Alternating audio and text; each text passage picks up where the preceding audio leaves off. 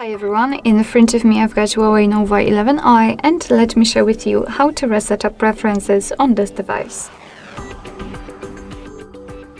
So first of all we have to enter the settings and then let's scroll in order to find apps and services.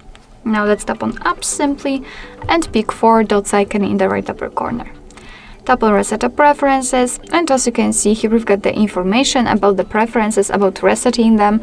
So your device will reset preferences for disabled apps and notifications, default apps, background data restrictions for apps, and any permission restrictions. What's more, no worries, you won't lose any app data, so simply tap on Reset Apps, and basically that's all. This is how to reset up preferences in your HUAWEI Nova 11i. Thank you so much for watching. I hope that this video was helpful, and if it was, please hit the subscribe button and leave the thumbs up.